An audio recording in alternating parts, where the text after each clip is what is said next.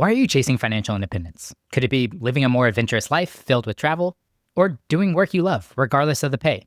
Whatever your dreams look like, it probably comes down to two things: freedom and flexibility. We want to be in the driver's seat of our lives, and we know money is one of the biggest obstacles standing in the way. So we save, invest, and make sacrifices now, hoping it will give us more control over our choices later. But let's be honest, it can feel like a grind. And sometimes we want to enjoy more freedom now, not just someday. So, is it possible to live a FI life without the FI bank account? Jess from the Fioneers says yes. As you move through your financial independence journey, you unlock more freedom. All the freedom doesn't magically happen after you hit your FIRE number. It happens along the way. In today's episode, Jess breaks down the 5 stages of FI, what kind of freedom comes with each one, lifestyle shifts to consider, and common traps that might leave you stuck in one of the stages. Jess shares a lot of alternative paths to financial independence that balance enjoying the moment while setting your future self up. Let's get into it. I hope you enjoy my conversation with the sourdough maker and pioneer of slow FI, Jess from the Fioneers. Well, Jess, I'm excited to have you on the podcast, but I don't know if the listeners are going to be excited for this conversation. And that's because you broke one of the cardinal rules of financial independence, and that was to start living your life before you reached your FIRE number. What led you to quit work and buy a camper van when you weren't even halfway to financial independence? Early on, I actually was really focused on full financial independence and retiring early.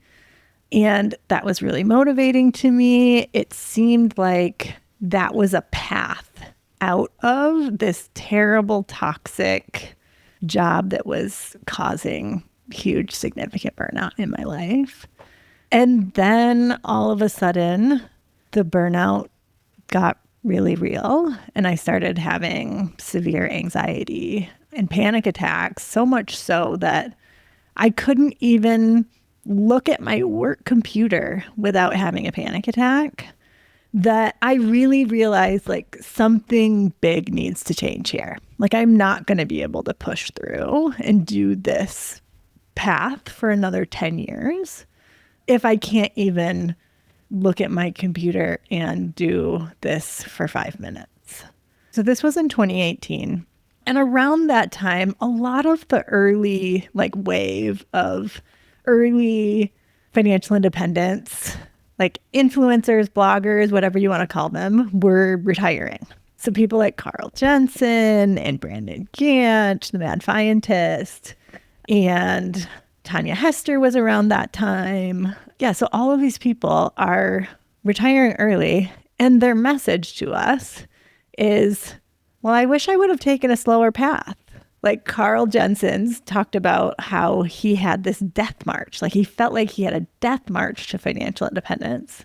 And looking back, he could have started living his life a whole lot earlier. He didn't have to flip houses at the pace that he was going when he had young kids. He could have gone part-time earlier, and Brandon talking about how he focused way too much on the numbers and cutting everything out of his life and ended up just absolutely miserable.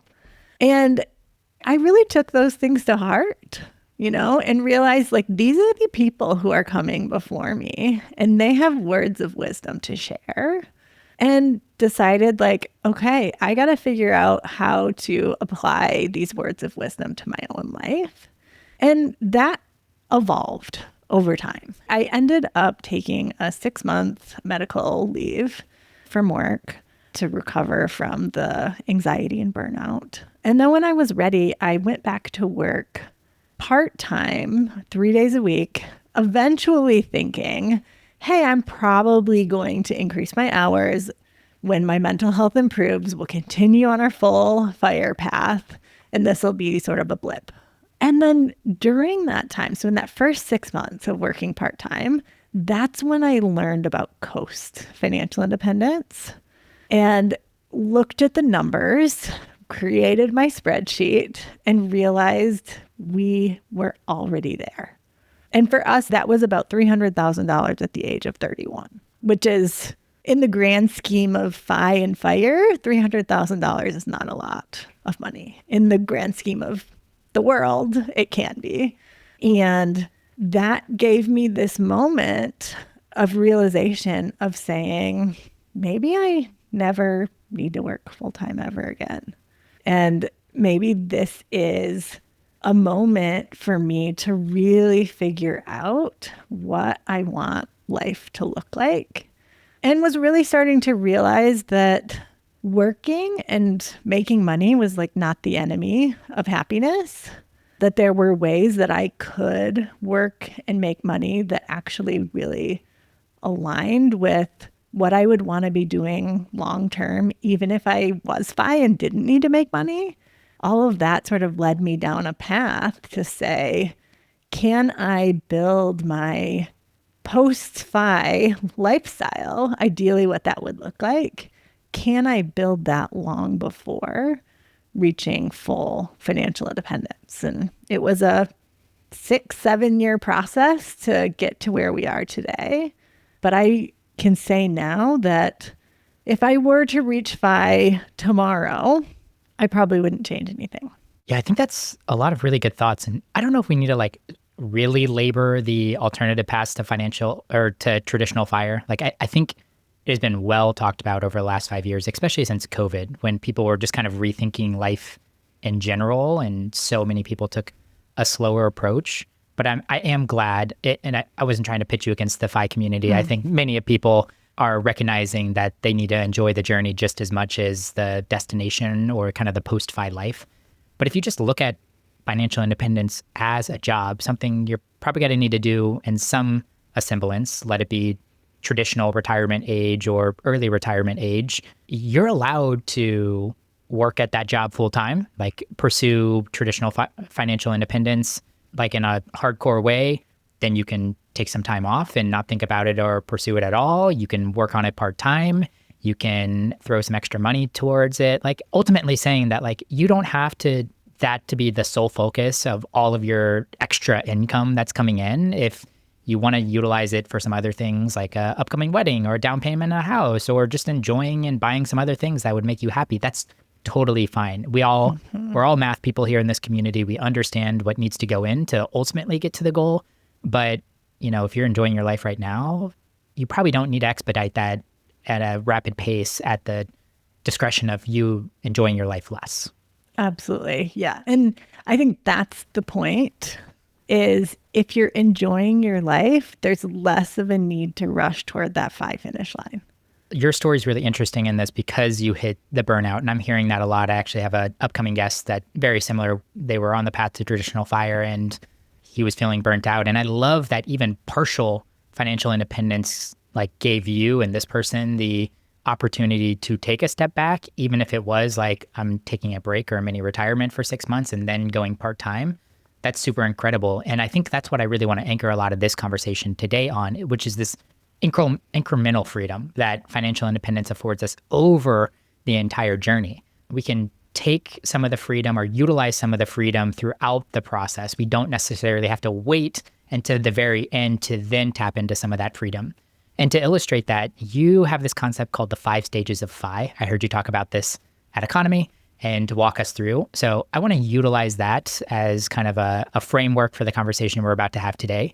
And we're going to walk through each of those stages. And ultimately, I want you to be able to share a piece of advice or some wisdom that someone could maybe consider as they're reaching each of those pieces or each of those stages of financial independence. And then if you have any like cautionary tales that either you've experienced or your clients have experienced of where someone might get stuck in one of those stages, I'd really love to talk about that too. So let's start at the very first stage of financial independence, which is debt freedom.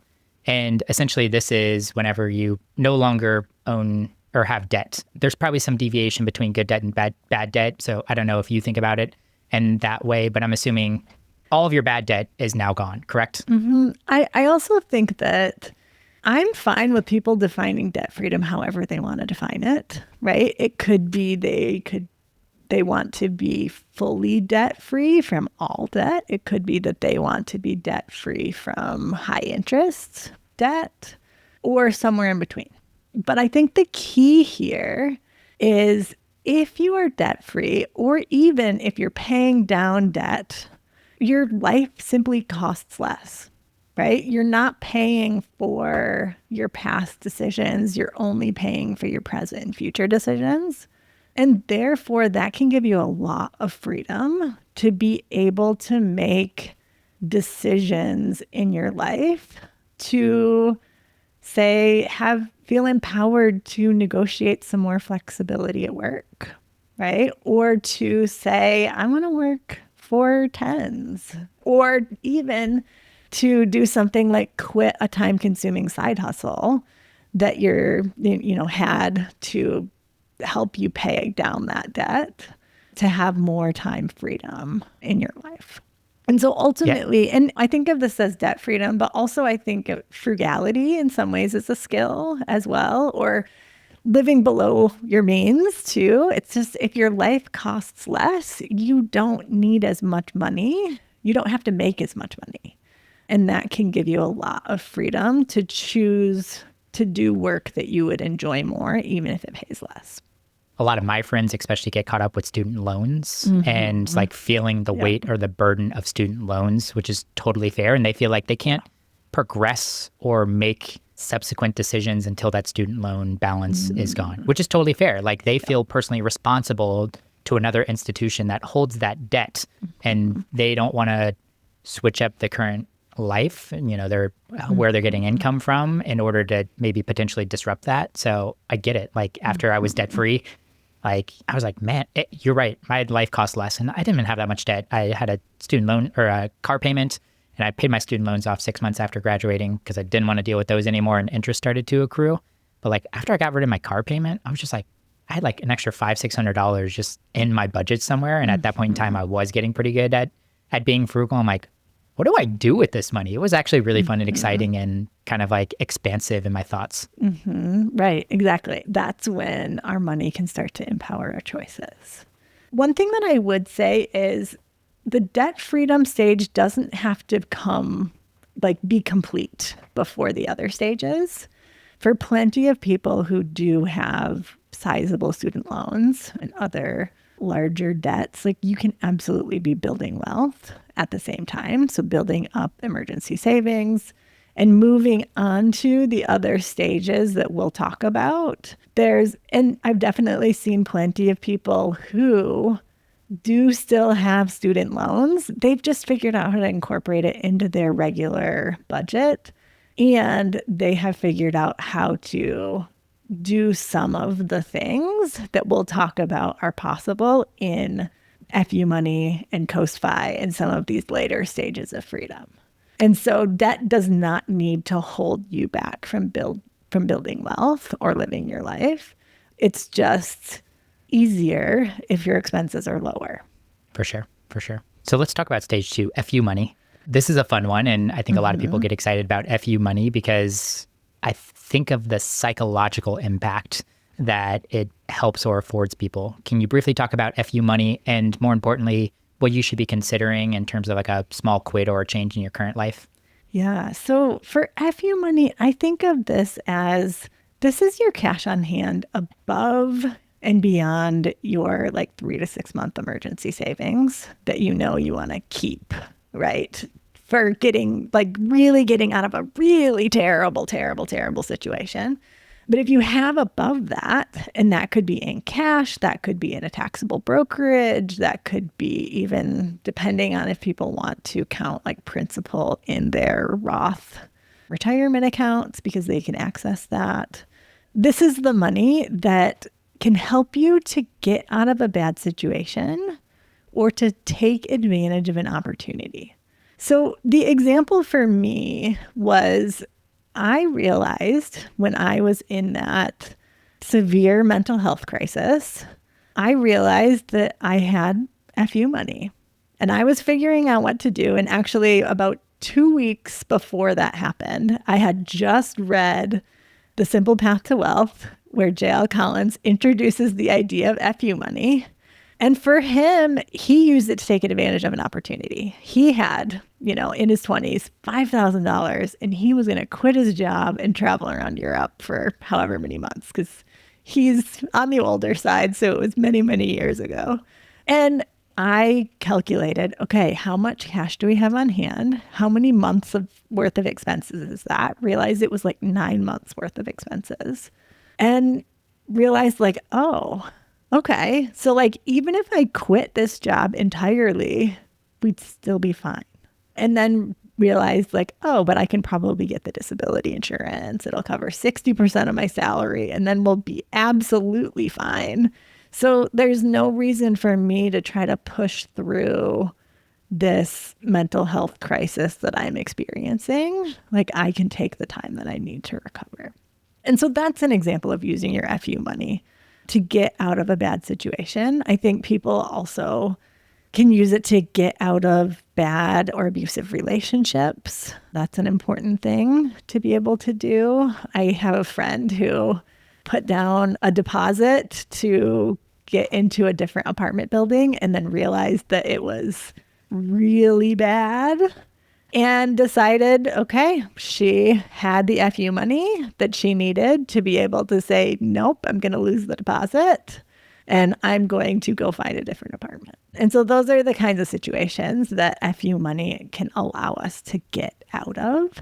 And then on the other side, I think it's really important to talk about how FU money can help us to take advantage of opportunities, right? So it isn't just getting out of a bad situation.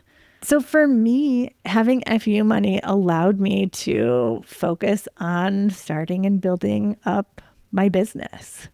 It allowed my husband to take a mini retirement and then eventually join me in entrepreneurship. We had an FU fund or a runway to say he has 9 to 12 months of time where he doesn't need to think at all about generating income, right? And so those are the kinds of things that you can do with FU money. Yeah, I really like this concept. It allows you to be flexible on your short-term plans. And I think stage 3 is got to allow you to be flexible on your long-term plans, which is, I would think, really interesting here. But FU money applied to me many of times throughout my 20s. I wanted to move from St. Louis to San Diego. And at that time, remote work wasn't popular at all. So even before going to let my boss know that I was moving to San Diego and essentially putting in my resignation at that time, I was like, you know what? I can do this. I can afford to do this because I was in the stage of FU money.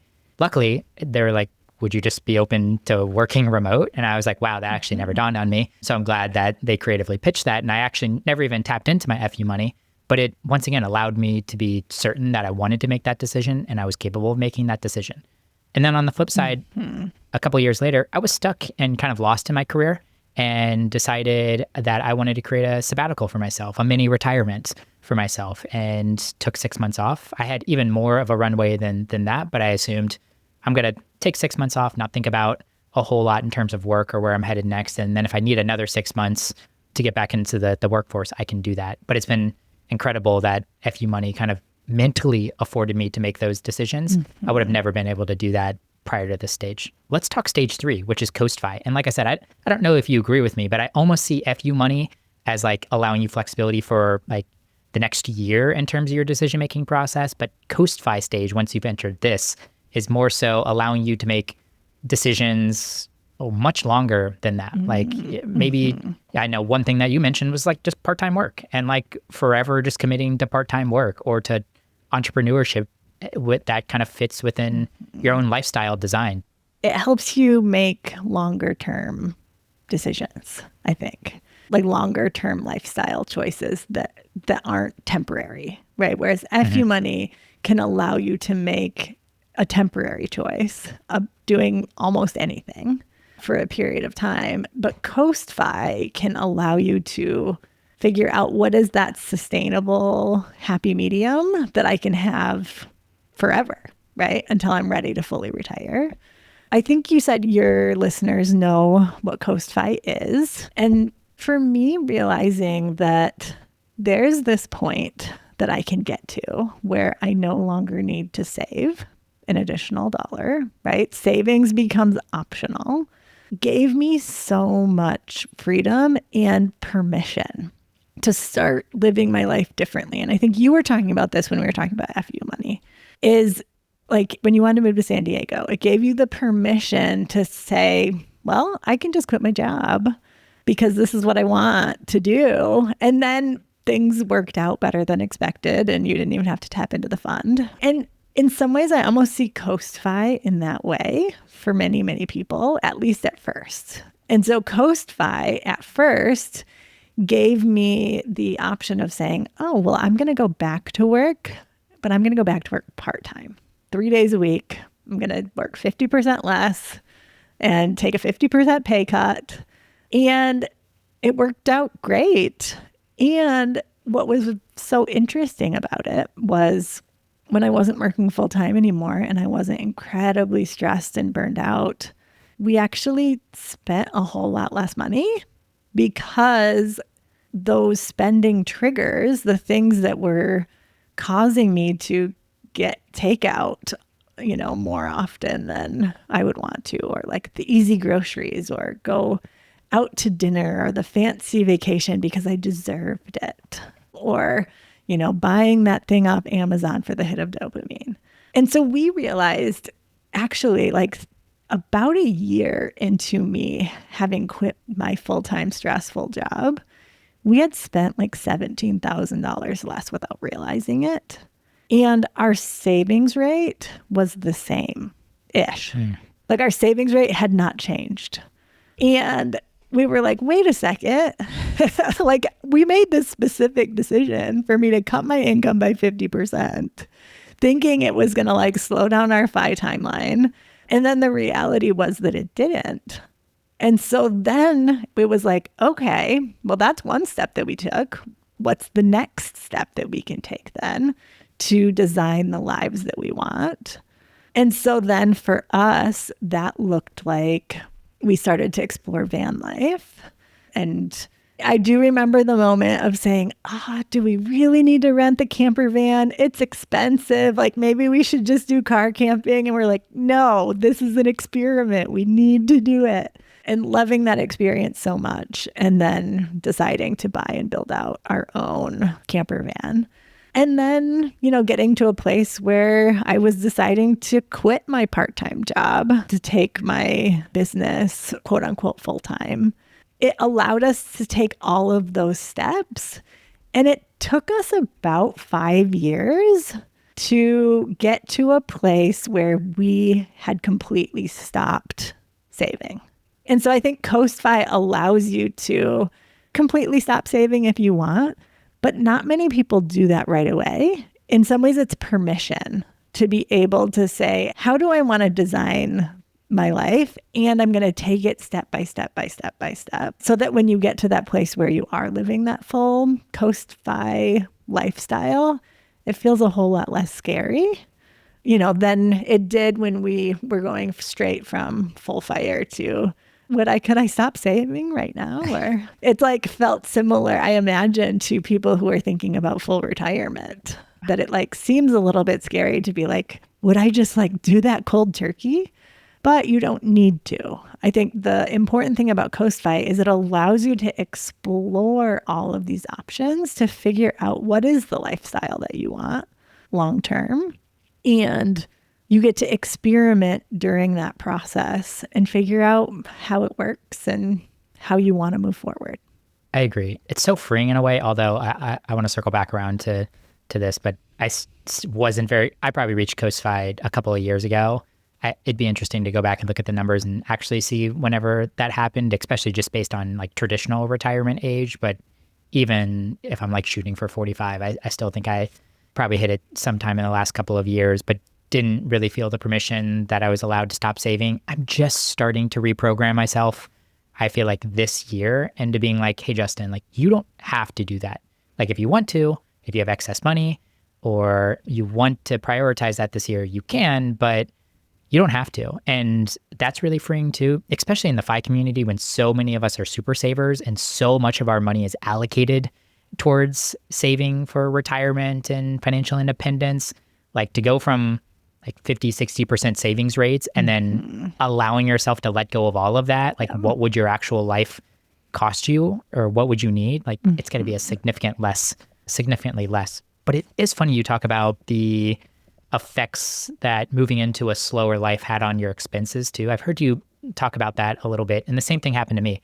When I took my sabbatical, I set aside 20 grand. That was kind of my running rate for how much I was spending. And every 6 months, whenever I started my sabbatical, and I was like, I'm going to take 6 months off. So I designated $20,000. I ended up being on sabbatical for 7 months, so an extra month, and spent $11,000. So like 9,000 plus a bonus month less.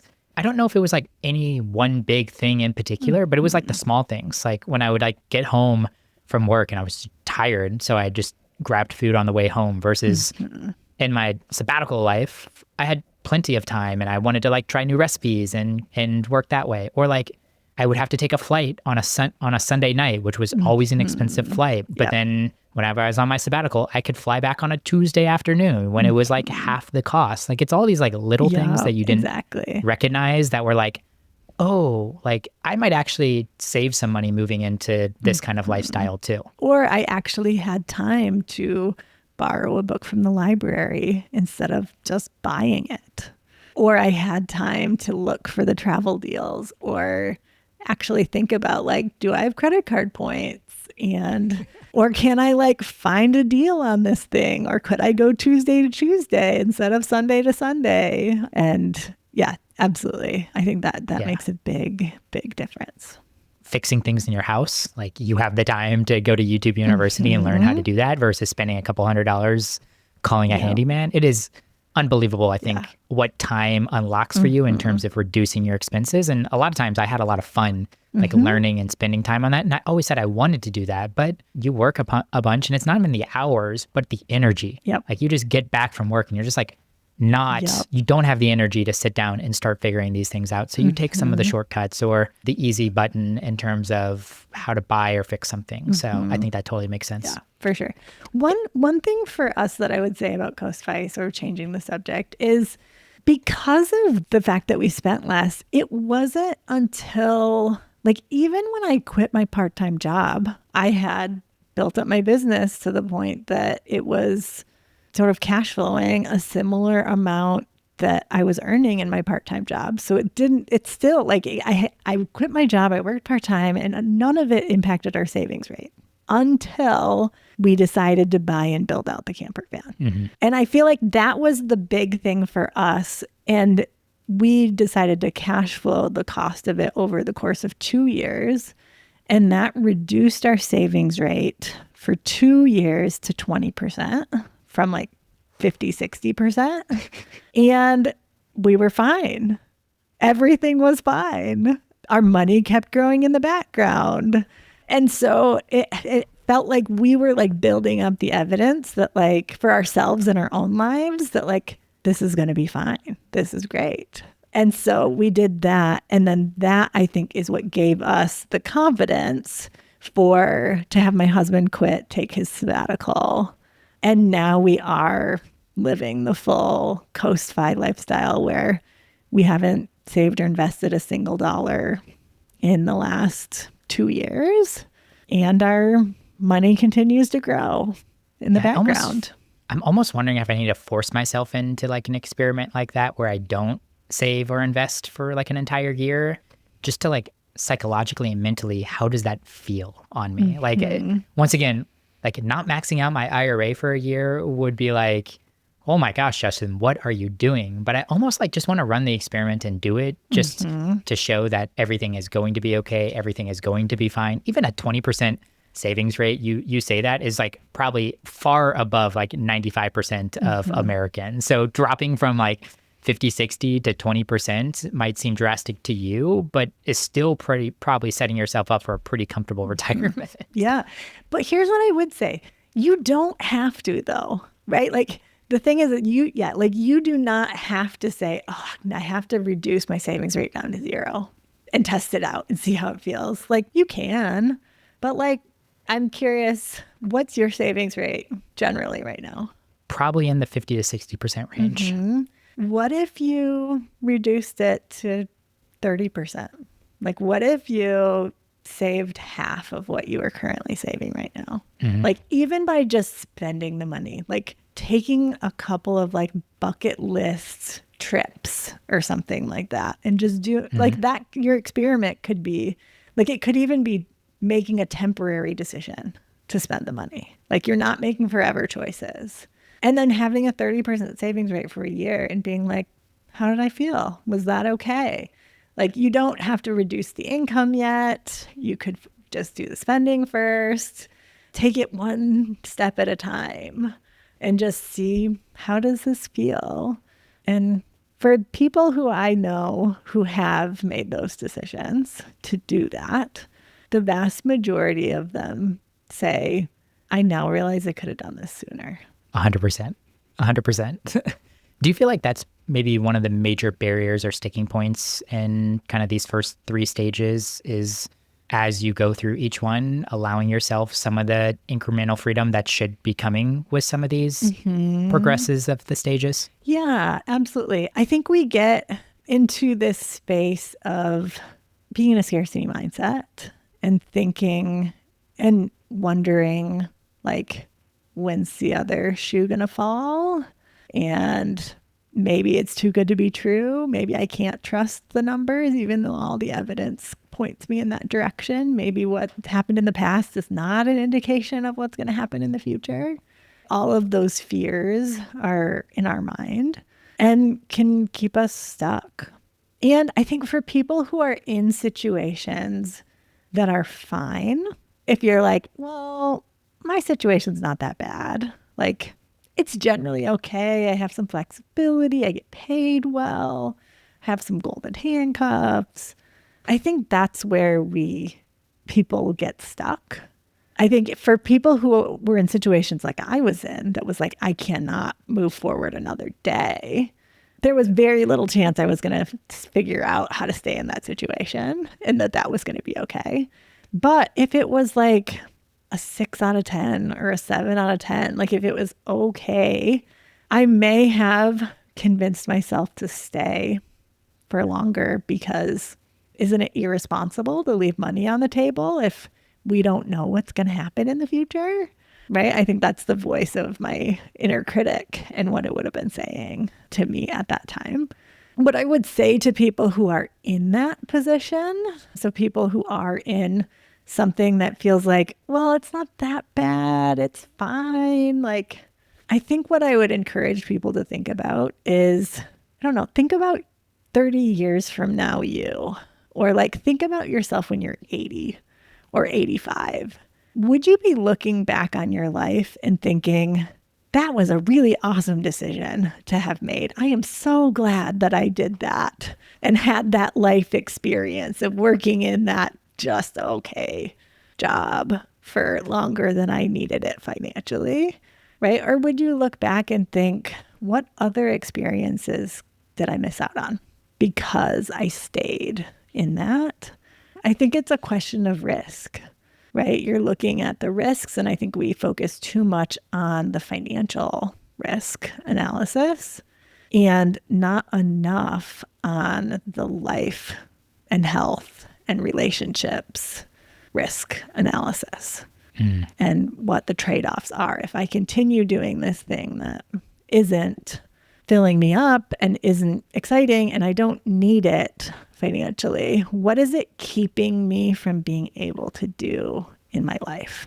I think that's a big one out there. And I think that was really resonating with me in my work too. And I was just like, oh my gosh, like whenever I had to start saying no to my girlfriend on like, come visit me real quick, like I'm going to be in this, then I was like, man, I can't because of work. And like, I said that one too many times where I was just like, okay, it's not a money thing anymore. Like I'm not scared about taking care of my future self. It's like, I need to really be considering like, what am I losing out on that this current situation is taking away from? And, 40 hours a week just wasn't really working for me in a W-2 job, even with the portability and the freedom that I had for it. And I was just like you were kind of mentioning or painting the picture there. I was just like, I worked from home. I had a really flexible boss. She didn't care if I was like at my house or somewhere else if I needed to. I had a pretty good job. It paid well. Like all my coworkers were great. The company was loyal and I enjoyed working for them. But I'm like, still at the end of the day, this job is taking up brain space that I'd rather apply to a different element of my life right now. And that was a bummer. And I finally got over that. And I was like, okay, I got to make some changes. Let's move into semi-retirement. I'd love to kind of understand the difference between Coast-Fi and people that are in the semi-retirement stage. Where do you see the difference? So semi-retirement, I think of as you're well beyond Coast-Fi and you're to a place where you can begin withdrawing money from your portfolio to help cover your costs. And that might be a small percentage, say 1 or 2%, much lower than what you would need for full retirement, which allows your money to continue growing in the background to provide you with what you need. Some people call this barista fire. I think of this as you still need to generate some active income, right? It's a smaller portion. It's not covering your full expenses. And it allows you to withdraw some money from your portfolio. This could look like doing some contract work or working seasonally and having the rest of the year off. Or, it could be someone who is self-employed and working part-time. I know in sort of my own situation, I have looked at the numbers and realized like I could cover half of my expenses with active income and half of my expenses with money from my portfolio and still retire in my 50s at some point. That in some ways, like we have withdrawn from our portfolio actually for large expenses, not for everyday expenses. But if we did decide to do that, then I would say we would be semi-retired and taking that approach. However, in many ways, knowing that we could be semi-retired also, similar to all the rest of the stages, like gives us a feeling of freedom to be able to live our lives in the way that we want to. Instead of being all stressed out, like, is my business going to generate enough income? Am I going to be able to cover all of my expenses? And, being really nervous about that and having that impact my stress levels and my work, I can say, even if we only cover half of our expenses with active income, we'd be fine. So let me focus on running my business in a way that's fun and enjoyable and impactful for people and be less focused on how do I generate as much income as possible. Which I think then, from what I've learned and heard and experienced from other business owners, usually when people run their businesses in that way, they actually do better than the people who are stressed out about bringing in income immediately and fast. Gives you that mindset of saying, oh, well, I'm going to experiment with this and let's see if it works, without it there being so much pressure around it. But also, so then barista fire or semi-retirement, I've definitely seen people do things like work part-time in jobs, like fun jobs, so things that they enjoy, whether it be like at a cafe or somebody works for like their city's public works department seasonally, or someone is like, who I've interviewed for one of our interview series, that was like a model for art classes and would sit for that. I think in some ways, it's pretty amazing the variety of different ways that people can generate income. And if you only need to generate income to cover a portion of your expenses, there's so many different like fun and enjoyable ways to do it. That's a little bit of how I see semi-retirement. Yeah, it's so interesting as you move through the stages, how that really impacts work and how you should be viewing work. Like debt freedom allows you to choose a job more so based on what you'd really enjoy versus the money that it pays. If you're buried in debt and you need an extra 20 or 30,000 a year, like you're going to have to like shoot for a certain kind of job versus if you're debt free and you're only covering your living expenses, the possibility or the openness of other career paths or opportunities vastly increases. Same thing with FU money. FU money pretty much allows you to never work in a toxic situation. Like you should have enough runway to be able to pivot and find something else. And life is too short for you to be working in something that gives you panic attacks or goes against your morals or values. Or take an opportunity or a risk on something that you're like, wow, that is interesting and I'd like to give it a try.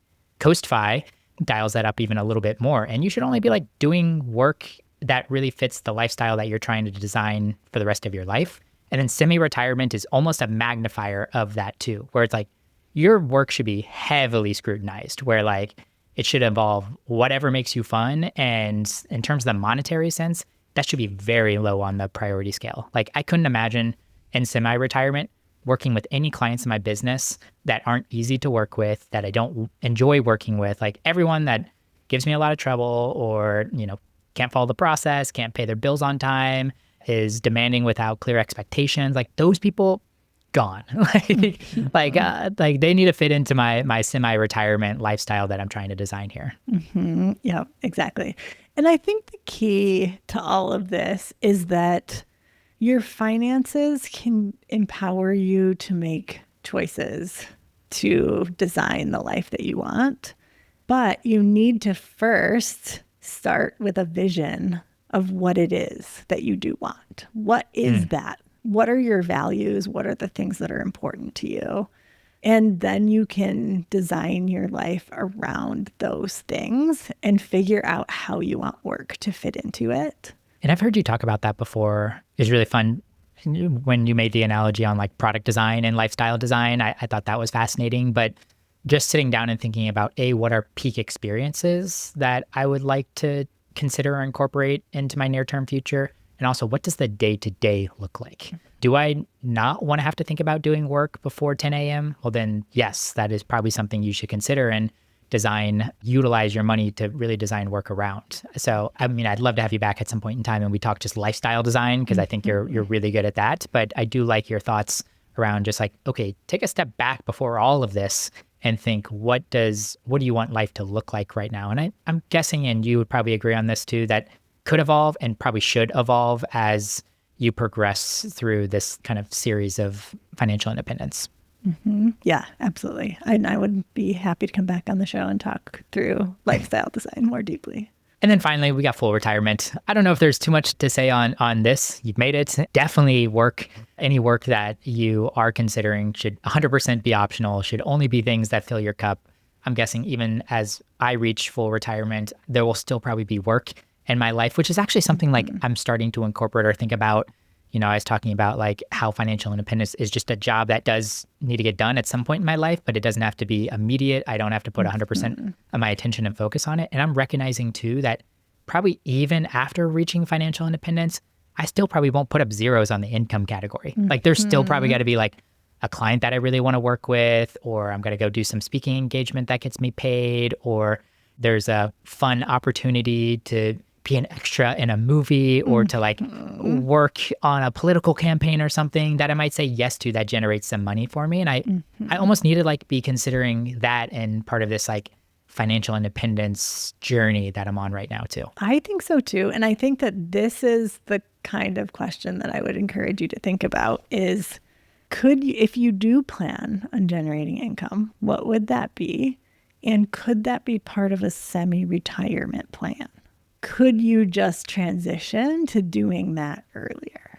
You don't need to wait until full retirement to do that. And it doesn't seem like you are doing that. Like it is this approach that will be incremental over time. And I do imagine that by the time you are on the fairly close to FI side, that you could be semi-retired, that you will have phased out all the work that you don't like to do.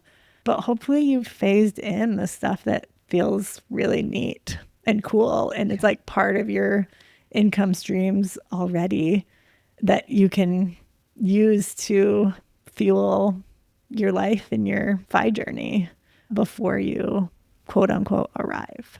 I honestly feel like stage 4 and 5 semi-retirement and retirement blend a little bit for me. Like I don't know if there'll be, or at least I hope there will not be a drastic change.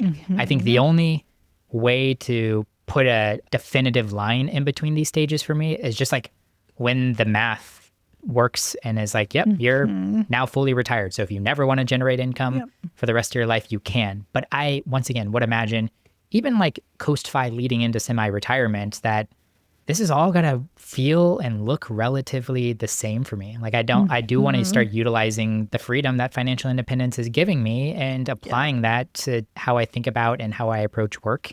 And I think that'd be really important. And I'm hoping by that point in time too, like I'm doing things that I only want to do, and I'm working with people that I only want to work with, and I'm taking on opportunities or taking off time as I see fit. So I have a chart that sort of has the 5 different stages of financial freedom across the top, with sort of a bar graph of like, here's the different options that are available to you at each stage.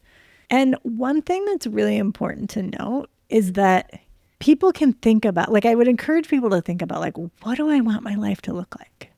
Do I want to be a nomadic traveler? Do I want to work part-time being like a movie extra, or, doing these things that I enjoy? Or like some people even are thinking, oh, well, I really like the work that I do, and I would love to do it part-time, but I'm going to like wait until I'm 5 to actually like negotiate that.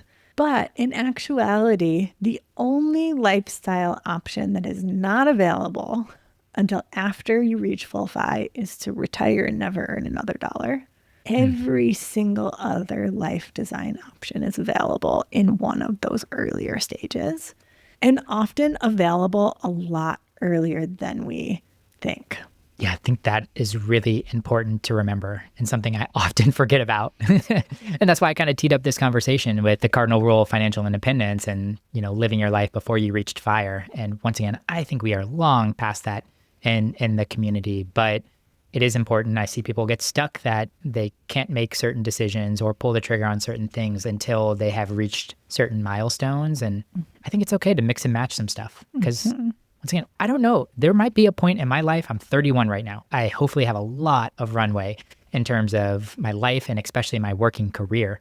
Maybe I get excited about a high paying job in my 50s. And this almost turns on itself, where I'm like, holy cow, I can make that money right now, or I can make that money in my 50s. Once again, I know at that point in time, it will have to feel right to me in terms of my life and what I'm trying to design, and it fits into my life. But I'm really struggling to imagine a life where I don't do some kind of monetary work, and I really don't know what that's got to turn into. And honestly, I think stepping closer and closer into financial independence is maybe got to magnify some of that, like you were saying, where you start doing you're running your business the way you want to run it, not based on monetary goals or certain things, but based on how you would want to run it as a business owner, and how indirectly that might actually increase the value of your company or what you can charge people. I could see that happening in my own life too.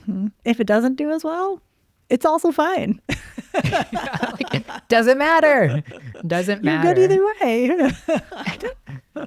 Jess, as we're closing up this conversation, so you're someone that's credited for terming slow-fi, and I definitely think you probably popularized Coast-Fi. Is there something that you see the financial independence community misunderstand about this approach or philosophy that you want to make sure is covered? I do think, regarding Coast-Fi, I do think that there are people who feel like that they're against Coast-Fi because they think that it has to be this all or nothing thing, where you immediately hit your Coast-Fi milestone, and that we're advocating for people to completely stop saving.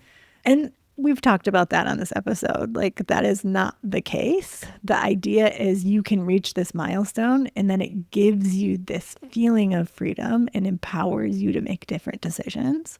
You may or may not get to a point where you're living that full Coast-Fi lifestyle where you're saving 0%. But either way, the whole point is to design the life that you want. It doesn't matter whether you have a savings rate or not. There's no police. There's no Coast-Fi police. There's nobody checking in on you, right? The goal, though, is take steps to get closer to the life that you want. These decisions are always so multidimensional too. It's not just do I have enough money to do this? And then I'll make that decision. I'm guessing someone like Corey, when he was going through this situation and deciding about leaving work, and even my own situation, it was more than just do I have enough? But I'm I don't want to leave my manager in a bad situation, or there's this project that I'm working on that actually really excites me and I'd like to see it to the finish line. Or like, I'm not quite sure I want to put the effort or time or energy into figuring out health insurance right now. Like all of those had varying degrees of impact on this decision. And just just trying to illustrate that it's usually not just one thing. It's not like, do I have the money to make this decision? There are usually multiple things that come along with this decision-making process. Yeah, absolutely. And I think there's beyond that, there's a lot of limiting beliefs. And I do think that sometimes we use money and a scarcity mindset as like the excuse when the thing that we're actually worried about goes much deeper. Do you have an example of that? Yeah. So I'm trying to think, like, there's an example of it where I was thinking about planning my first retreat and somebody asked me, like, well, if it doesn't work, like, what are you worried about if it doesn't work? And I was like, oh, well, the finances, right? My first reaction is, well, what if the finances? I'm going to lose money from it.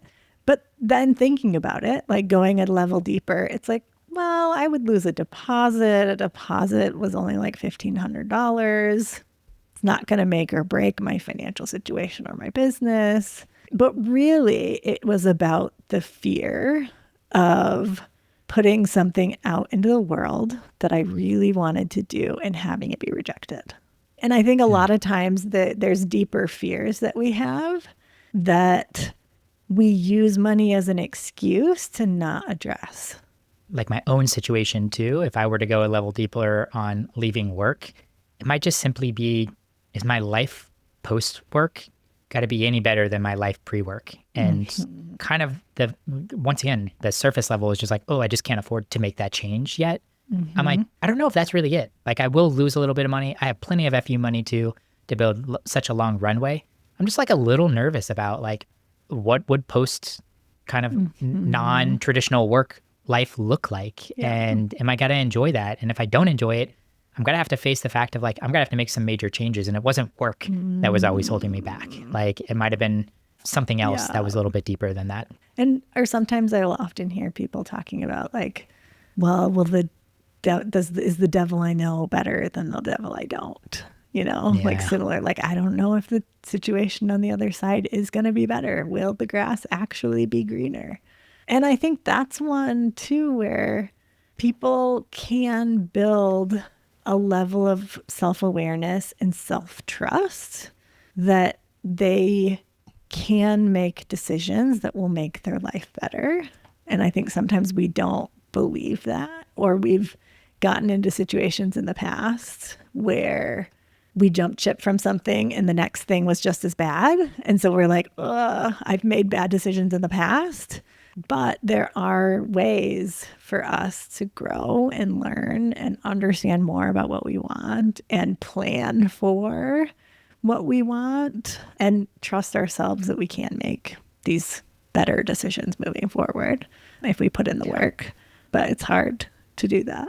I mean, my favorite takeaway from this whole conversation was that when you like reframed me on when in the middle of this conversation of like, hey, you don't have to like go from like 50, 60% savings rate to 0% savings rate. Try 30%. And how does that feel? And maybe in similar vein too, you don't have to go from working 40 hours a week to not working at all. Like, could you ask for part-time work? Could you do a mini retirement? I think the reassurance that my life would look better or will look better came from my very first sabbatical or mini retirement that I took. And I was like, oh yeah, I can design a life that's really exciting and gratifying. And I think it would have been a very overwhelming decision at that point in time if I was like, I'm quitting work. But instead I reframed it as I'm quitting work for 6 months. Like I'm leaving work or I'm taking a break from work for 6 months. So even like psychologically, like if you need to trick yourself and like look at this decision as temporary or more short term, and then reevaluate at the end, it might give you some reassurance that you're capable of doing this. Right. You're doing an experiment and you're going to learn from it and figure out where to go. Yes, definitely. Jess, this was really fun. I enjoyed researching you, learning a little bit more about you. So glad that we got a chance to connect. I want to call out a tool that I found that I thought was super helpful. If they haven't played around with it already, I really encourage people to go check it out. and that's your Coast Fi calculator. Can you talk about the Coast Fi calculator and where people can find it? Yeah, so we have a page with free resources on our website, and it's the first one there is the Coast Fi calculator. And it is a really helpful tool that's going to help you understand what is your Coast Fi number, and you'll go in and put in all of the information, and it'll help you to understand what's the timeline for you to get there if you haven't gotten there yet. Also, it'll talk about your Fi timeline too, so you can get a sense of that. And the thing that I really like about the tool, it's simple and it can allow you to run different kinds of scenarios. And so if you're thinking through some sort of lifestyle change, you can say, okay, this lifestyle change could mean I'm going to make $30,000 less. Let me enter the salary in as $30,000 less into the calculator and see what it does to all of my numbers and timelines.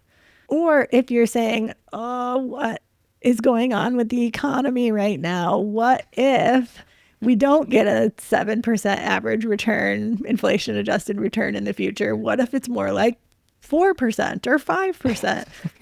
Go change the numbers, put that into the calculator, see what it does to those numbers and timelines. It'll give you more information and help you to know, okay, like this is the variation of possibilities that I want to be prepared for, rather than just being paralyzed by fear. So good. And you can find those over at thefioneers.com. Right in the middle, there's a tab called Free Resources. Click on Free Resources, and you'll see Coast Fi Calculator right there. Or if you really want to make it easy, just open up the show notes right now and click on that link that I have under Jess's section. Jess, this was such a blast. I really appreciate you spending so much time on the podcast with me and sharing so much good insight and wisdom. I had a lot of fun talking to you today. Thanks so much for having me. Wow, what an episode. The idea of gaining freedom along the way to Fi feels so obvious, but honestly, I've had a hard time embracing it. I think it's the type A achiever in me. If I haven't hit the final goal, part of me feels like I don't deserve to celebrate. But Jess got me thinking differently. I've already hit some big milestones, like paying off my debt, saving my first 100,000, and reaching Coast Fi. And it's time to start actually enjoying the freedom those milestones have created. So since recording with Jess, I've backed off on work a little bit, yes, even though that means making a little bit less, and spent more on the things that matter, like traveling with my girlfriend. It feels good, and I want to keep leaning into it, so please hold me accountable. I'd love to hear from you though. Where are you at on your Fi journey? What stage are you in? Have you made any lifestyle changes as you've progressed? Shoot me an email at justin@fiminded.com. I'd love to hear from you. That's all for today. Catch you in the next episode.